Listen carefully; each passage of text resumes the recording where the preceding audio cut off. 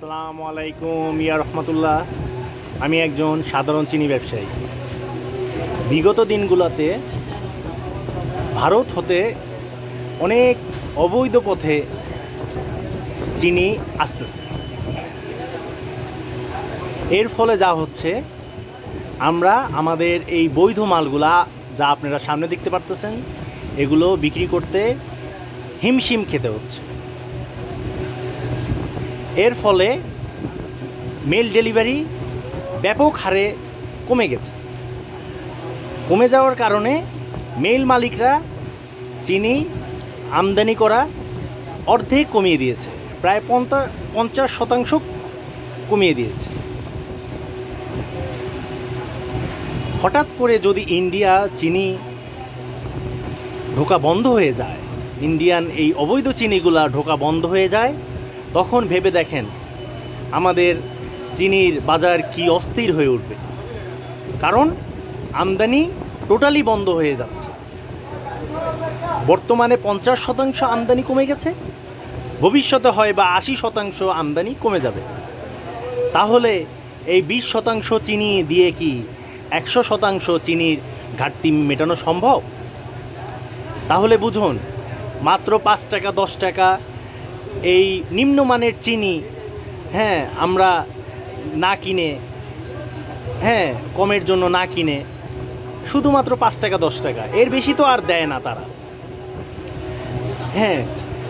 আমরা এগুলো কেনা থেকে বিরত রাখি এবং উন্নত মানের যে আমাদের দেশি চিনিগুলো আছে, যেমন ফ্রেশ, তীর, ইগলু, এসালম, এগুলো আমরা কিনি। এর থেকে আরও ভালো হবে আমাদের সরকারি যে মিলগুলো রয়েছে, Madhukhali, north Bengal sugar mill, Thakurgaon sugar mill, এদের মাল ক্রয় করি।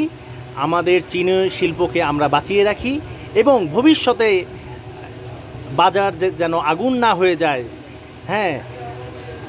সেটি আমরা খেয়াল রাখি। এখন দেখেন 130 টাকা 135 টাকা ইন্ডিয়ান চিনি বিক্রি হচ্ছে কেজিতে। পাইকারিতে সেটি বিক্রি হয় 120 টাকা কেজি। কিন্তু যদি ইন্ডিয়ান চিনি আসা বন্ধ হয়ে যায় হঠাৎ করে, তাহলে আমাদের দেশি কলগুলোতে চিনি না থাকার কারণে আমাদের চিনি আমরা কোথায় পাবো? এবং সেই চিনি আমরা 200 টাকাও কেজি দরে কিনতে পারবো না, কারণ সেই চিনিগুলা আর বাংলাদেশে থাকবে না। আমাদের নিজস্ব যেই চিনিগুলা, সেটি বাংলাদেশে থাকবে না। এর ফলে আমরা 200 টাকা দরেও চিনি পাবো না। তো বুঝেন, 10 টাকা কমের জন্য নিম্নমানের চিনি কি কেনা খুব দরকার? সেটি আমরা বয়কট করি, ইন্ডিয়ান চিনি বয়কট করি এবং আমাদের দেশি মিলের চিনিগুলো আমরা ক্রয় করি, যেটি না অত্যন্ত স্বাস্থ্যসম্মত। আমাদের সরকারি মিলের যেই চিনিগুলো রয়েছে, সেটি অত্যন্ত স্বাস্থ্যসম্মত, কারণ সেটি হলো আখের চিনি। আর ইন্ডিয়ান যেই চিনিগুলো আছে, সেগুলো এমন হতে পারে ডেড এক্সপায়ার, এমন হতে পারে অস্বাস্থ্যকর। আপনারা জানেন ইতিমধ্যে ইউরোপীয় ইউনিয়ন প্রায় ইন্ডিয়ার 539টা পণ্যের উপর সেনশন দিয়েছে, কারণ সেগুলো অস্বাস্থ্যকর, সেগুলো খেলে এমনকি ক্যান্সারও হতে পারে।